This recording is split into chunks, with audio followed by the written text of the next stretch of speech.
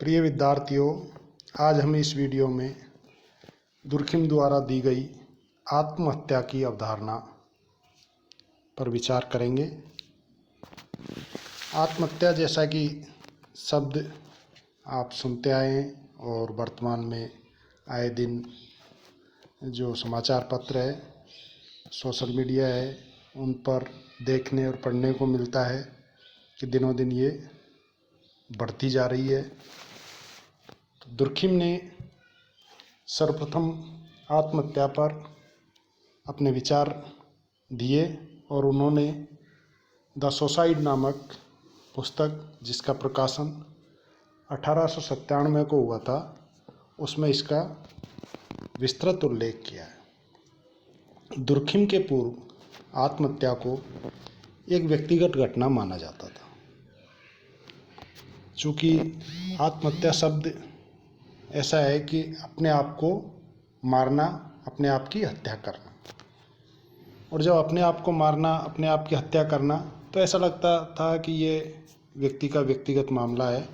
लेकिन दुर्खिम ने अपने अध्ययन के द्वारा ये साबित करने का प्रयास किया कि आत्महत्या व्यक्तिगत घटना नहीं है, बल्कि ये है एक सामाजिक तथ्य है, एक सामाजिक घटना है। इसका समाज से गहरा जुड़ाव है और इसके लिए पहले ये माना जाता था कि व्यक्ति ही उसके लिए उत्तरदायी है। लेकिन दुर्खिम ने अपने अध्ययन के तथ्यों के आधार पर ये सिद्ध किया कि आत्महत्या के लिए व्यक्ति नहीं वरन समाज उत्तरदायी होता है।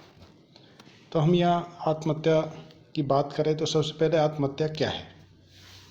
जैसा कि आत्महत्या अपने आप को मारना है।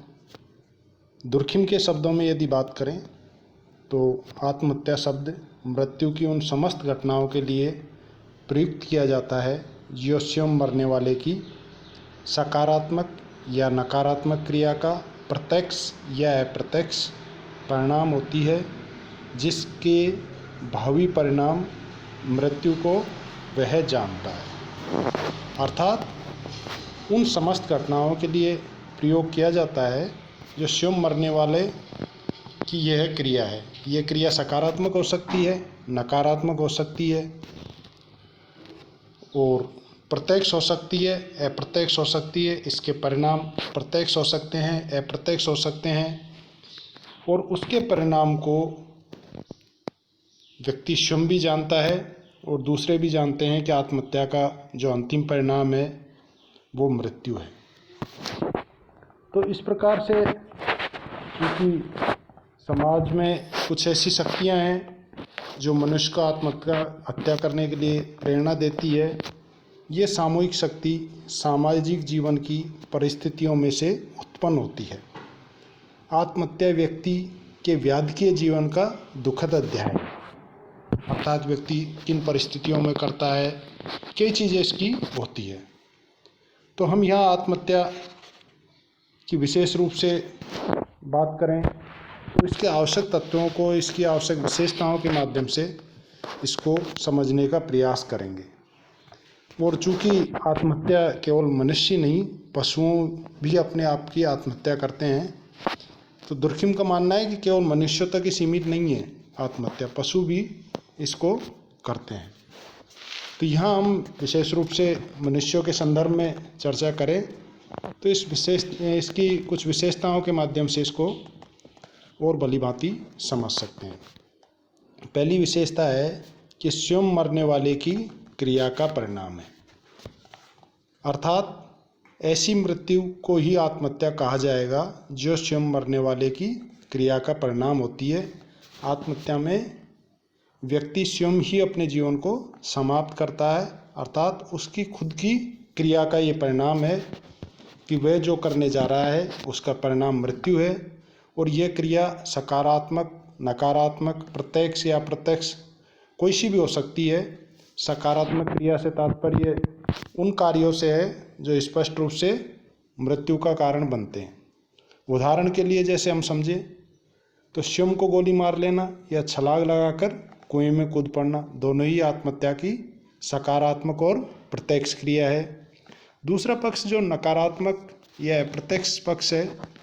इसमें व्यक्ति भोजन या जल ग्रहण करना बंद कर दे तो जीवन का पोषण नहीं हो पाता, या मकान में आग लग गई और व्यक्ति उसके बाहर नहीं निकलना चाहता, तो इस प्रकार की नकारात्मक या अप्रत्यक्ष गतिविधियाँ भी व्यक्ति को मृत्यु के मुंह में धकेलती है।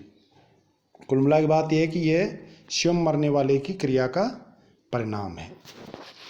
दूसरी जो विशेषता है, व्यक्ति इच्छापूर्वक सोच विचार कर आत्महत्या करता है। अर्थात आत्महत्या की जो दूसरी विशेषता है वो ये है कि व्यक्ति अपनी इच्छा से सोच विचार करके आत्महत्या करता है। वह अपनी क्रिया के परिणाम को जानता है। अनजाने या धोखे में आत्महत्या नहीं की जाती है। जैसे माना एक उदाहरण से हम समझें कि एक व्यक्ति कहीं पर थोड़ा पानी समझकर तैरने के इरादे से तालाब में उतरता है, किंतु गहरा पानी होने के कारण वो डूब मरता है, तो यह दुर्घटना है, आत्महत्या नहीं है। आत्महत्या के लिए तो व्यक्ति जानबूझकर मरने के इरादे से ही कोई कार्य करता है, तो उसको आत्महत्या कहते हैं। तीसरी जो विशेषता है वो है परिणाम को पहले से जानना। आत्महत्या करने वाला व्यक्ति उसके अंतिम परिणाम को पहले से जानता है। वह जानता है कि वह जो कुछ कर रहा है उसका निश्चित परिणाम मृत्यु है। अपनी मृत्यु की पूर्व जानकारी के बावजूद भी वह प्राणघातक क्रिया में लीन होता है। तो इस प्रकार के उसके परिणाम से व्यक्ति जानबूझ करके और यह कदम उठाता है। चौथी विशेषता पूर्व निश्चय के साथ जानबूझकर की जाने वाली आत्मघाती क्रिया का परिणाम है। आत्महत्या पूर्व निश्चय के साथ जानबूझकर की जाने वाली आत्मघाती क्रिया का परिणाम है। इस अर्थ में यह एक व्यक्तिगत मामला है, किंतु दुर्खिम ने आत्महत्या को सामाजिक तथ्य के रूप में प्रकट किया है। दुर्खिम का मानना है कि व्यक्ति का ये व्यक्तिगत मामला नहीं है, वरन समाज द्वारा ऐसी परिस्थितियां उसके सामने उत्पन्न की जाती है जिसके कारण से वह ये कदम उठाता है। तो दुर्खिम ने आत्महत्या की सामाजिक प्रकृति को प्रकट करने के लिए यूरोप के 11 देशों के आंकड़ों के आधार पर अपने मत की पुष्टि की है कि आत्महत्या की घटनाओं की किस प्रकार से दर बढ़ रही है, किस प्रकार से लोग आत्महत्या कर रहे हैं। वो सारी चीज़ों को अध्ययन के आधार पर दुर्खिम ने ये समझाने का प्रयास किया है कि आत्महत्या एक आत्मघाती क्रिया है और पूर्व निश्चय के साथ जानबूझकर की जाती है, जिसके परिणाम को वो भली भांति जानता है। तो यहाँ आत्महत्या की विशेषताओं के आधार पर हम कह सकते हैं कि दुर्खिम ने अपनी परिभाषा में आत्महत्या की वैज्ञानिक परिभाषा दी है तथा उसे एक सामूहिक तत्व के रूप में समझने का प्रयास किया है।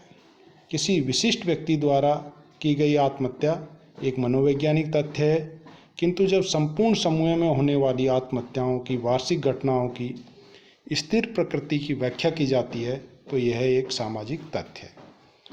तो इस प्रकार से दुर्खिम ने आत्महत्या को एक तथ्य के रूप में समझाने का प्रयास किया।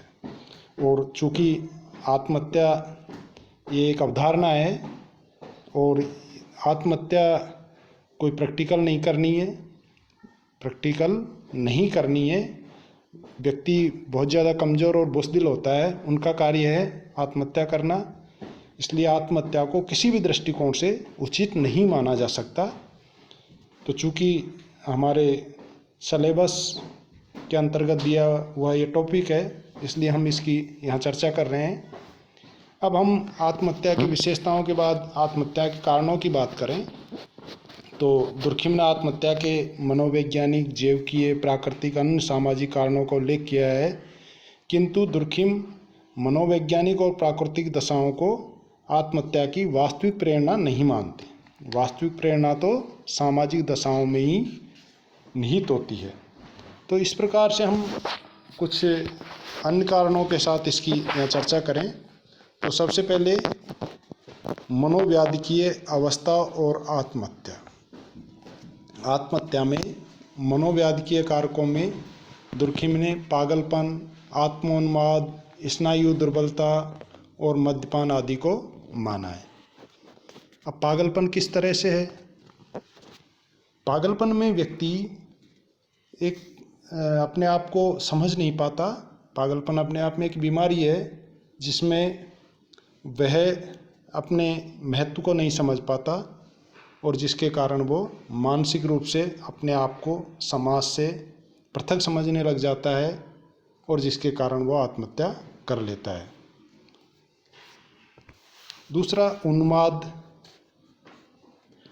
उन्माद भी आत्महत्या का एक प्रकार के रूप में माना जा सकता है, कारण के रूप में, कि उसके अनुसार आत्महत्या अपने आप में पागलपन या उन्माद का ही एक विशेष रूप है जो केवल एक क्रिया से ही संबंधित होता है और शेष सभी क्रियाओं में आत्महत्या करने वाला सामान्य दिखाई देता है। तो उदाहरण के लिए व्यक्ति सब प्रकार से स्वस्थ दिखाई देता है और अपने सभी कार्यों में सामान्य व्यवहार करता है, किंतु उसे गाली देने, चोरी करने, मारपीट करने, शराब पीने में एक विशेष आनंद प्राप्त होता है। वो बिना किसी कारण के ऐसी ही किसी एक विशिष्ट क्रिया में प्रवृत्त होने की अवांछित इच्छा करता है, तो ऐसे व्यक्ति को एक विषयोन्मादी कह सकते हैं। तो इस प्रकार से व्यक्ति के एक मन में, मस्तिष्क में इस तरह की एक क्रिया होती है जो कि उसको आत्महत्या के लिए प्रेरित कर देती है। स्नायु दोष।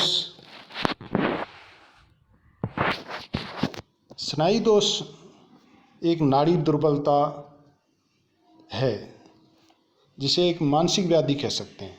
मानसिक विकृति की अवस्थाओं को स्नायु दोष कहा जा सकता है। जब स्नायु तंत्र पर गहरी चोट लगती है या कोई कठोर मानसिक पीड़ा होती है तो कष्ट का अनुभव होता है। स्नायु दोष का रोगी छोटी सी घटनाओं से उत्तेजित हो जाता है और अत्यधिक कष्ट का अनुभव करता है।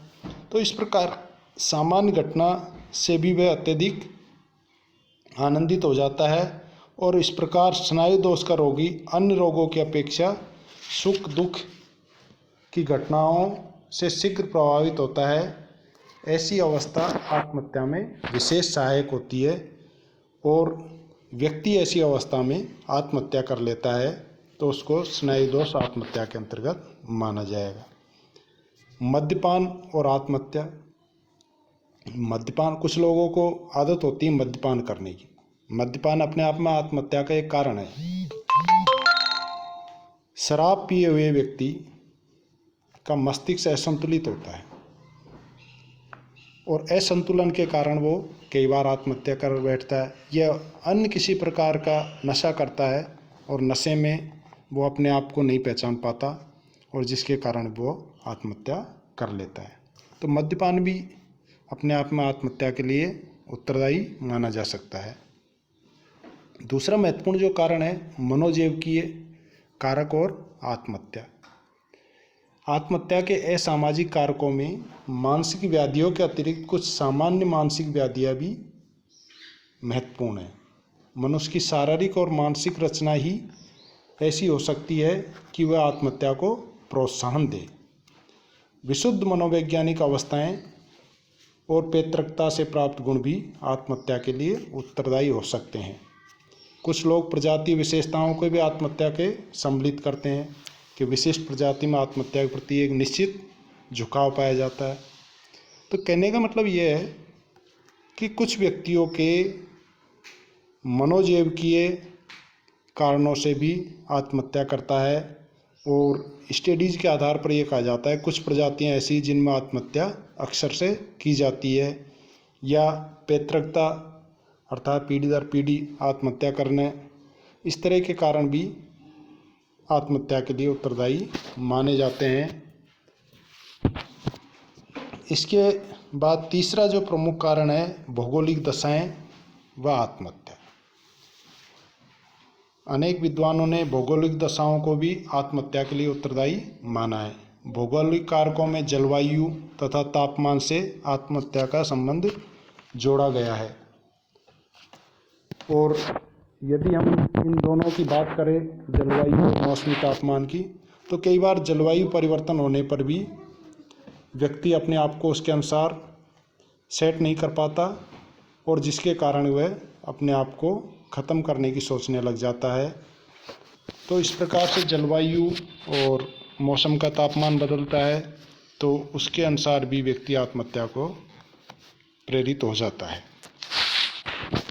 अंतिम और महत्वपूर्ण जो कारण है जिसका कि दुर्खिम अक्सर उल्लेख करते आए हैं वो है सामाजिक दशा और आत्महत्याएं। अर्थात जैसा कि दुर्खिम ने अपने अध्ययन के दौरान बताया कि उसके अध्ययन के पहले आत्महत्या को एक व्यक्तिगत घटना माना जाता था, लेकिन दुर्खिम ने तथ्यों के आधार पर अपना जो अध्ययन किया उसके आधार पर यह सिद्ध किया कि आत्महत्या एक सामाजिक तथ्य है, एक सामाजिक क्रिया है। और जब सामाजिक क्रिया में कोई परिवर्तन होता है तो आत्महत्या की दरों में भी परिवर्तन होता है, क्योंकि सामाजिक क्रिया से आत्महत्या की दर भी प्रभावित होती है। कई बार चूँकि समाज में ऐसी परिस्थितियाँ उत्पन्न हो जाती है जिसके कारण व्यक्ति आत्महत्या को प्रेरित हो जाता है। तो उन कारणों का विशेष रूप से उल्लेख किया है और अनुकरण के द्वारा भी व्यक्ति कई बार आत्महत्या को प्रेरित हो जाता है कि यदि कोई व्यक्ति आत्महत्या करता है तो उससे प्रेरित होकर के भी व्यक्ति इस तरह का दुस्साहस कर लेता है। तो इस प्रकार से आत्महत्या के अनेक कारणों को उत्तरदायी माना जाता है। चूँकि आत्महत्या अपने आप में बहुत बड़ी कॉन्सेप्ट है और कॉन्सेप्ट को यदि हम अच्छी तरह से समझेंगे तो उससे अंदाज़ा लग जाएगा कि आत्महत्या के कितने प्रकार कारण हैं, क्योंकि प्रत्येक देश की परिस्थिति अलग होती है, प्रत्येक समाज की परिस्थिति अलग होती है, प्रत्येक काल की परिस्थितियाँ अलग होती है। तो इस प्रकार से प्रत्येक स्थान, प्रत्येक युग, प्रत्येक समाज में आत्महत्या के भिन्न भिन्न कारण हो सकते हैं। स्टडीज के आधार पर दुर्खिम ने जो स्टडी की उसमें आत्महत्या को एक सामाजिक तथ्य मानते हुए उन्होंने 3 प्रकार की आत्महत्याओं का विशेष रूप से उल्लेख किया है, जिसमें अहमवादी आत्महत्या, परार्थवादी आत्महत्या और आदर्शहीन आत्महत्या। इन 3 प्रकार की आत्महत्याओं के आधार पर एक चौथे प्रकार की आत्महत्या का भी अवतरण कर दिया गया, जिसको घातक आत्महत्या कहते हैं। चूँकि दुर्खिम आत्महत्या को एक सामाजिक तथ्य मानते थे, अतः सामाजिक कारक ही इसके विभिन्न प्रकारों के लिए उत्तरदायी माने गए हैं। आत्महत्या की तरंगें उठती है, इन तरंगों का निर्माण विशिष्ट सामाजिक परिस्थितियों के द्वारा होता है। आत्महत्या की तरंगों की भिन्नता के आधार पर ही उसके प्रकार तय होते हैं। आत्महत्या के प्रकारों के विश्लेषण में सामाजिक तथ्य जैसे धर्म है, परिवार है, राजनीति है, व्यवसाय है आदि का भी महत्व होता है। तो इस प्रकार से हम आत्महत्या की पहली आत्महत्या अहमवादी आत्महत्या की बात करें तो अहमवादी आत्महत्या में व्यक्ति अपने आप को समाज से पृथक और कटा हुआ महसूस करता है। वह सोचता है कि लोग उसकी उपेक्षा कर रहे हैं। एकांतवाद से उसका बोझिल मन आहत होता है और वह अपनी जीवन लीला समाप्त करने के लिए आत्महत्या कर बैठता है। व्यक्तिगत जीवन तभी संतुलित रहता है जब वह सामाजिक जीवन के साथ निरंतर संबंधित रहे। जब व्यक्तिगत जीवन सामाजिक जीवन से पृथक अनुभव करने लगता है या समाज में संगठन और एकीकरण का अभाव होता है तो व्यक्ति अपने को समाज से मुक्त समझने लगता है। समाज का उस पर नियंत्रण शिथिल हो जाता है। ऐसी स्थिति को अतिशय वैयक्तिकता कहते हैं, अर्थात व्यक्ति पर कोई नियंत्रण नहीं है। समाज की ये स्थिति आत्महत्या की दर में वृद्धि करती है। अहमवादी आत्महत्या वे लोग करते हैं जिनका अहम बहुत प्रबल होता है। वे अपने स्वयं के अहम को समाज से श्रेष्ठ मानते हैं। अहमवादी व्यक्ति किसी तरह स्वयं के स्वार्थ पूर्ति में लीन होता है तथा समाज के साथ कदम मिलाकर नहीं चल सकता। व्यक्तिगत चेतना और सामाजिक चेतना में कोई सामंजस्य नहीं रहता है। ऐसी अवस्था में व्यक्ति स्वयं ही इतना लीन रहता है कि वह सामूहिक जीवन में भाग लेना बंद कर देता है। वह मात्र अपने स्वार्थों की पूर्ति और संतुष्टि में संलग्न रहता है।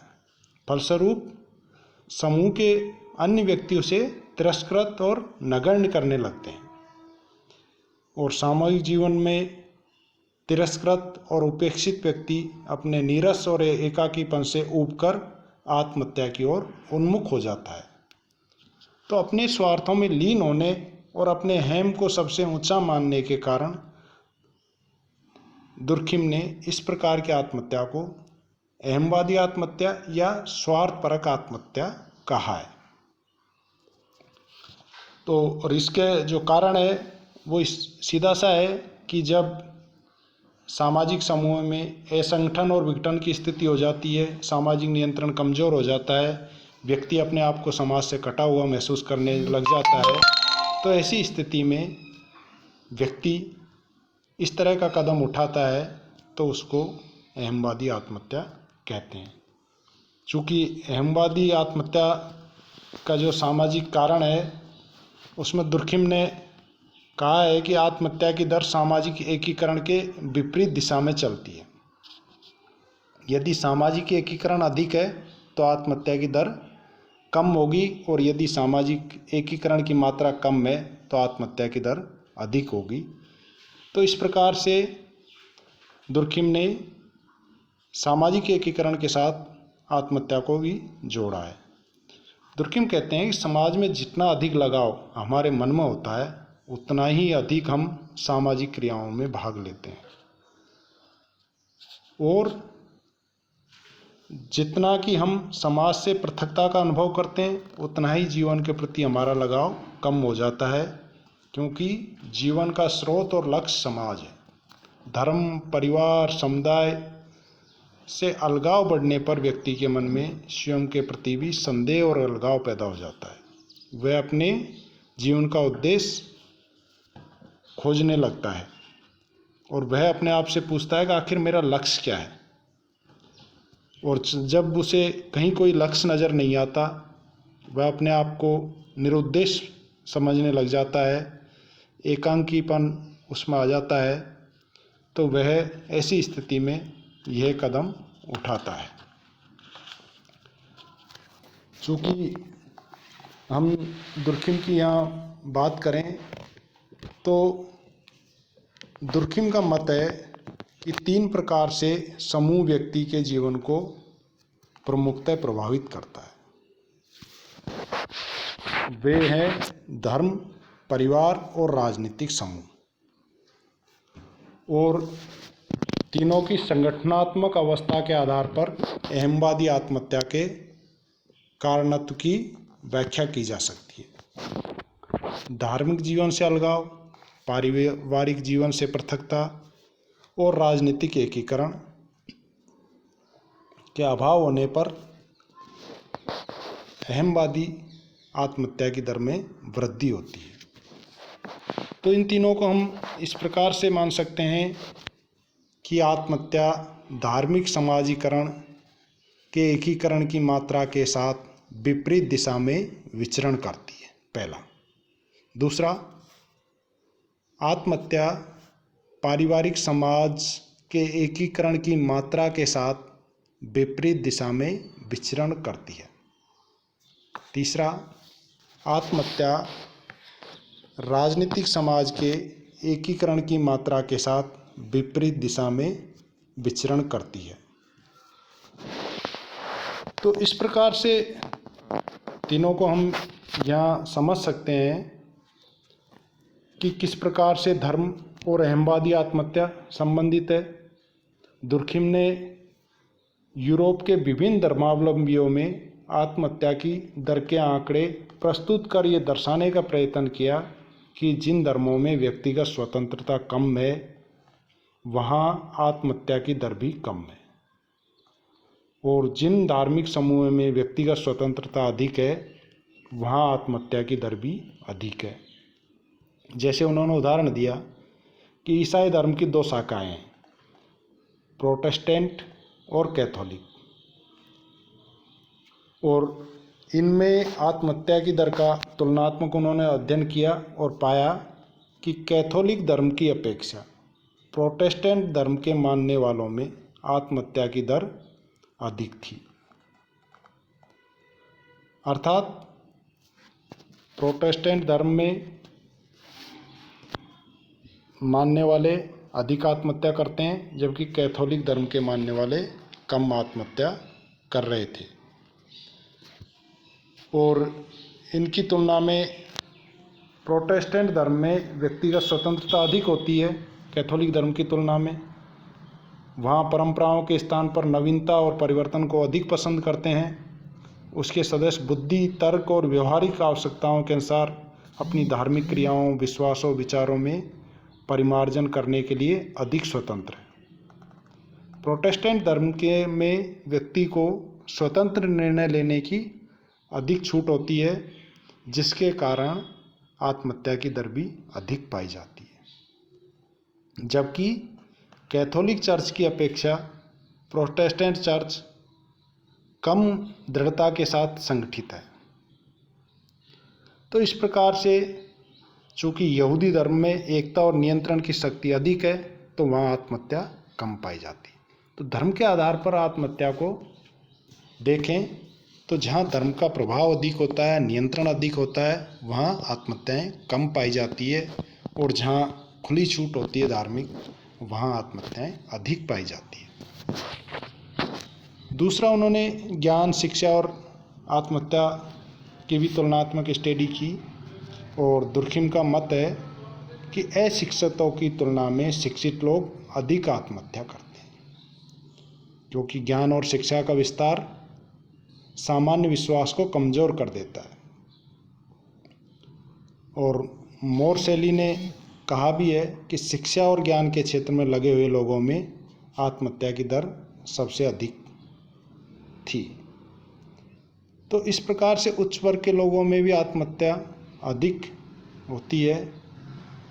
और हम यदि स्त्री और पुरुष की तुलना करते हैं तो स्त्रियों की तुलना में पुरुषों में आत्महत्याएं अधिक होती हैं। तो इस प्रकार से शिक्षा और ज्ञान आत्महत्या के तुलनात्मक स्टडी करें तो हम ये पाएंगे कि जहाँ शिक्षा और ज्ञान का प्रसार हुआ है वहाँ आत्महत्याएं भी अधिक हुई है। तीसरा, परिवार और अहमवादी आत्महत्या। चूँकि दुर्खिम का मानना है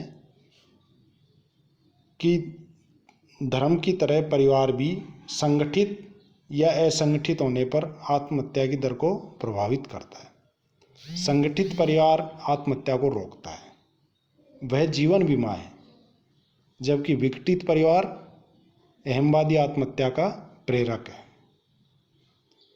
और तथ्यों के आधार पर दुर्खिम ने वैवाहिक स्थिति, आयु, लिंग के आधार पर भी आत्महत्या की दरों को जोड़ा है। और उन्होंने कहा है कि विवाहित व्यक्तियों की तुलना में अविवाहित व्यक्ति अधिक आत्महत्या करते हैं। विधुर या विधवा विवाहितों की तुलना में अधिक एवं अविवाहितों की तुलना में कम आत्महत्या करते हैं। विवाहितों में भी बिना बच्चे वालों की तुलना में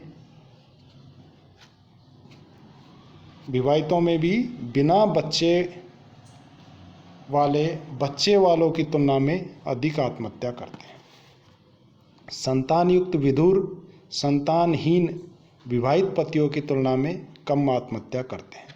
तो इस प्रकार के डाटा जो उन्होंने दिए हैं, जिसके आधार पर उन्होंने आत्महत्या की तुलनात्मक स्टडी की है, और इस आधार पर उन्होंने धर्म ज्ञान, परिवार, इनका विशेष रूप से उल्लेख किया है। राजनीतिक संगठन की भी उन्होंने बात की है और दुर्खिम ने आत्महत्या का जो संबंध राजनीतिक सुदृढ़ता से, एकीकरण से जोड़ा है, तो उन्होंने कहा जब किसी देश की राजनीतिक सुदृढ़ता में दरारें आने लगती है, सुदृढ़ता ढीली होने लगती है, तब आत्महत्या की दर बढ़ जाती है। जब राजनीतिक समाज में सुदृढ़ता रहती है तो वहाँ आत्महत्या की दर कम रहती है। और इस प्रकार से राजनीतिक उथल पुथल, आम चुनाव, राजनीतिक जीवन में होने वाली असामान्य घटनाएं, युद्ध, परिवर्तन, राष्ट्रीय संकट आदि भी आत्महत्या की दर को प्रभावित करते हैं। और इसका कारण यह है कि इस समय सामूहिक भावना इनसे प्रभावित होती है। और जब सामूहिक भावना प्रभावित होती है और व्यक्तिगत भावना प्रबल हो जाती है तो व्यक्ति आत्महत्या करता है। तो इस प्रकार से दुर्खिम ने अहमवादी आत्महत्या का वर्णन किया है। दूसरी जो आत्महत्या है वो है परार्थवादी आत्महत्या। और परार्थवादी आत्महत्या को अहमवादी आत्महत्या के ठीक विपरीत कारणों के आधार पर परिभाषित किया है। जब किसी समाज में इतना अधिक एकीकरण हो जाता है कि वहाँ व्यक्ति का महत्व ही समाप्त हो जाता हो, व्यक्ति की हर क्रिया का निर्देशन समाज हो, व्यक्तिगत रुचि और विचार को बुलाकर उसके स्थान पर सामूहिक रुचि और विचार को महत्व दिया जाता हो, तो ऐसी स्थिति में की जाने वाली आत्महत्या को दुर्खिम परार्थवादी आत्महत्या कहते हैं। अर्थात जब सामाजिक एकीकरण इतना अधिक मजबूत होता है कि मनुष्य अपने व्यक्तित्व का कोई मूल्य ही नहीं समझता, वह समाज को ही सर्वोपरि समझता है, और ऐसी स्थिति में समाज के खातिर यदि वह आत्महत्या करता है तो वह परार्थवादी आत्महत्या कहलाती है। परार्थवादी आत्महत्या में व्यक्तिगत हित सामूहिक हित में पूर्णतः विलीन हो जाते हैं। व्यक्ति और समाज के मध्य की दूरी समाप्त हो जाती है। समूह के हितों के सामने व्यक्ति का कोई महत्व नहीं होता। तो इस प्रकार से इसको दूसरे शब्दों में कहें तो समाज व्यक्ति के व्यक्तित्व को निगल जाता है। ऐसी स्थिति में व्यक्ति के मन में समूह के प्रति अगाध श्रद्धा होती है और व्यक्ति हंसते हंसते समाज के लिए बलिदान कर देने की भावना से प्रेरित होकर आत्महत्या कर लेता है। और दुर्खिम ने इसके कुछ उदाहरण भी दिए हैं कि डेनमार्क के सैनिक वृद्धावस्था अथवा रोग के कारण चारपाई पर मरना अपमान समझते थे, इसलिए विजिगोथ की क्षेत्रीय सीमा पर स्थित पूर्वजों की चट्टान से कूदकर आत्महत्या कर लेते थे। ऐसी स्थिति स्पेन हरूली में भी पाई जाती थी। भारत में कुछ सन्यासी प्राणायाम द्वारा समाधिस्थ होकर आत्महत्या कर लेते हैं। सती प्रथा, जौहर आदि भी इसी प्रकार की आत्महत्याएं हैं। बौद्ध धर्म में निर्वाण की प्राप्ति के लिए आत्मदाह या आत्मनाश को स्वीकृति दी गई है। जैन धर्म में भूखे रहकर आत्महत्या की जाती है। बनारस के गंगा तट पर मुक्ति पाने के लिए करवट लेना अथवा गंगा के पानी में कूद पड़ना तथा जापान की हराकरी प्रथा आदि परार्थवादी आत्महत्या के अंतर्गत आते हैं। तो इस प्रकार से परार्थवादी आत्महत्या को समझ सकते हैं। परार्थवादी आत्महत्या को दुर्खिम ने समझाने के लिए बताया है